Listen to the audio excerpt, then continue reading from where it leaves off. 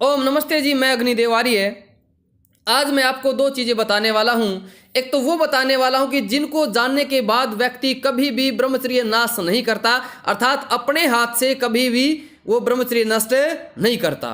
और दूसरी बात मैं वो बताने वाला हूँ कि इस संसार में किन लोगों के लिए ब्रह्मचर्य पालन करना बहुत ही ज़्यादा आसान है। ये दोनों बातें मैं आज बताऊँगा। आइए सबसे पहली बात पर आते हैं कि ऐसी क्या चीज़ है जिसको जानने के बाद व्यक्ति कभी भी हस्तमैथुन नहीं करता। वो कौन सी चीज़ है उसको समझते हैं एक उदाहरण से। जब कोई दुश्मन, शक्तिशाली दुश्मन हम पर आक्रमण करने वाला हो और हमें दुश्मन की योजनाओं का, उसकी प्लानिंग का पहले से ही पता चल जाए, तो क्या हम दुश्मन को अपने ऊपर विजय प्राप्त करने देंगे? बिल्कुल नहीं देंगे। तो ठीक इसी तरह जब हमें दुश्मन की योजनाएं और दुश्मन भी इतना शक्तिशाली ना हो,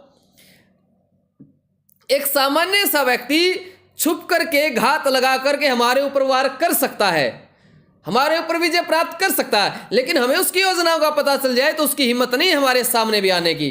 तो ठीक इसी तरह काम रूपी जो दुश्मन है, काम रूपी जो शत्रु है, ये घात लगाकर प्रहार करता है। ये क्या क्या घात लगाता है इसकी प्लानिंग मैं आपको बताता हूं। पहले भी बताई है, आज मैं रिपीट करता हूं। क्या क्या करता है? सबसे पहले जो ऋषियों ने नियम बताए हैं, यानी कि ब्रह्मचर्य पालन करना सबसे आसान किसके लिए है? जो ऋषियों के नियम जानता है उसके लिए ब्रह्मचर्य पालन करना बहुत आसान है। कैसे? मान लीजिए हम बैठे हैं, कोई पुरानी बात याद आ गई, मन में गंदे विचार आने लगे, मन में गंदी बातें उठने लगी, और हमने देख लिया कि अरे ये तो काम वासना रूपी दुश्मन ने आक्रमण की तैयारी कर दी है। इसका मतलब है, मुझे याद आई ऋषियों की बातें, और ऋषियों ने बताया अरे विषयों का ध्यान से ब्रह्मचर्य नष्ट हो जाता है। अरे अरे मैं तुरंत सावधान हो गया, तुरंत मेरे अंदर वो जो खतरे के अलार्म बज गए, सावधान ब्रह्मचारी, दुश्मन ने तुझे ललकार दिया है, मन में गंदे विचार आ गए हैं, वासना के विचार आ गए, तूने विषयों का ध्यान कर लिया है, और ये एक मैथुन है विषयों का ध्यान करना, इसे जल्दी हटा हटा हटा, इसे हटा। और ब्रह्मचारी सावधान हो जाता है कि नहीं, मैं अब विचारों को नहीं उठाऊंगा, इससे मेरा ब्रह्मचर्य नाश होगा।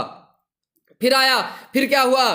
फिर उसको कुछ लोग मिले, कुछ व्यक्तियों ने, उसके साथी मिले, उन्होंने उसको अनाप शनाप बातें सुनाने लगे। अरे मेरी तो उसके साथ सेटिंग थी, मैं उसके लिए ये करता था, वो मेरे घर आता था, मैं घर जाते थे, ये करते थे, वो करते थे।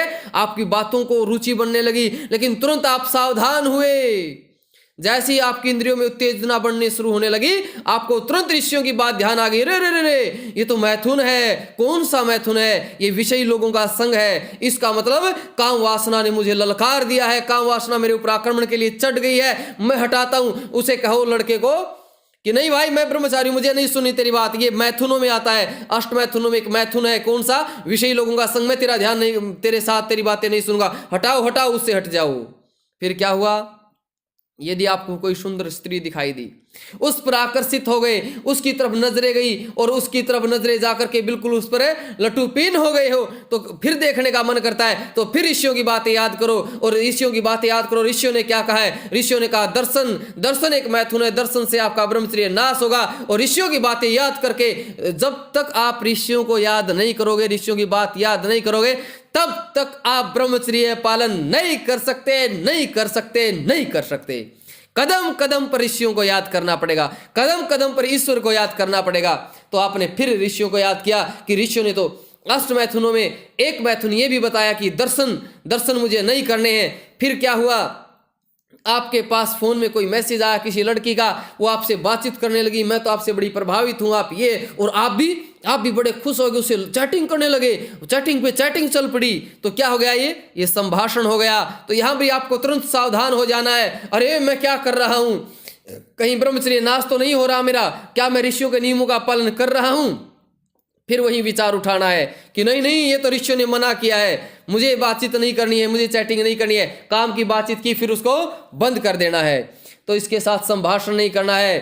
फिर उसको, कहीं आप किसी के घर में गई, कोई माता बहन अकेली है, वहां जाकर के आपने लंबी लंबी बातें नहीं मारनी है, लंबा उनके पास नहीं बैठना, अकेली के पास नहीं, क्योंकि आपने पता है कि एकांत सेवन भी एक मैथुन है, और इससे मेरा ब्रह्मचर्य नाश होगा। तुरंत ऋषियों को याद करो, तुरंत परमात्मा को याद करो। हे प्रभु, मेरे ब्रह्मचर्य में छेद होने वाला है, काम वासना रूपी दुश्मन ने आक्रमण कर दिया है, एकांत सेवन होते वो आएगा ही आएगा, तो इसलिए मैं किसी माता बहन के साथ एकांत सेवन ना करूं, एकांत सेवन नहीं करना है। फिर आया क्रीड़ा। कोई बहन कोई भाई आपको कहे आओ खेलते हैं, लूडो खेलते हैं, ये चिड़ी बल्ला खेलते हैं, ये खेलते हैं, वो खेलते हैं, तो नहीं, ये क्या है, ये प्लानिंग है काम वासना रूपी दुश्मन की। इसको कहो नहीं बहन मैं नहीं खेलूंगा, यदि मैं खेलूंगा तो काम वासना रूपी दुश्मन ताक में बैठा है, वो तुरंत मेरे ऊपर आक्रमण कर देगा। क्योंकि ऋषियों ने कहा है क्रीड़ा साथ में खेलना नहीं है, और मैं नहीं खेलूंगा। लड़के लड़कों के साथ खेलें और लड़कियां लड़कियों के साथ खेलें, मुझे नहीं खेलना है।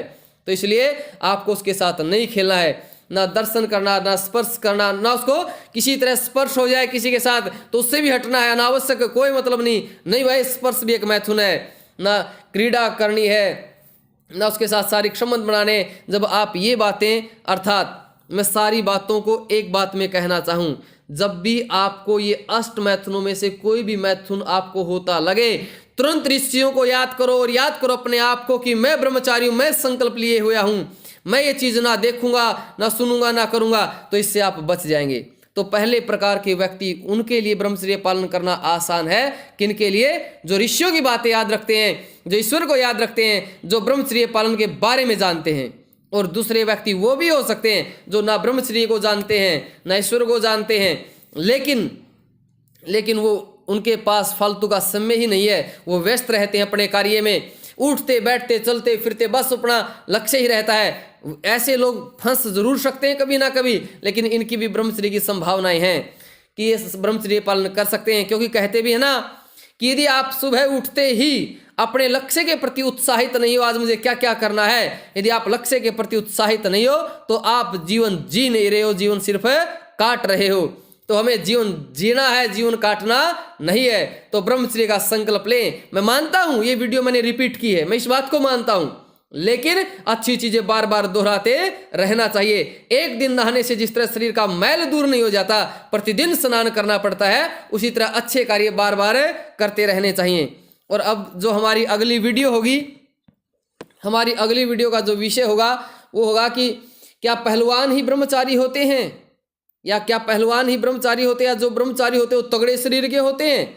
इस विषय पर हमारी अगली वीडियो होगी। इसका क्या शीर्षक बनाएं, ये शीर्षक आप जरूर बताएं। इसके लिए गुरुदेव प्रतिज्ञा है मेरी, पूरी करके दिखला दूंगा, इस वैदिक धर्म की वेद पर मैं जीवन भेंट चढ़ा दूंगा। गुरुदेव प्रतिज्ञा है मेरी,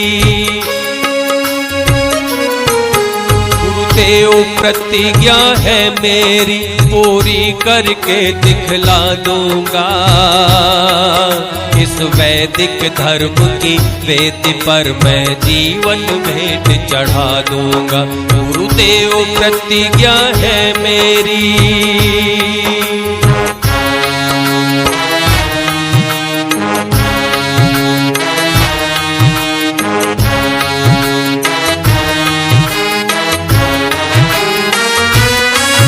तन पास नहीं तन मन अपना, श्री गुरु चरणों में धरता हूँ,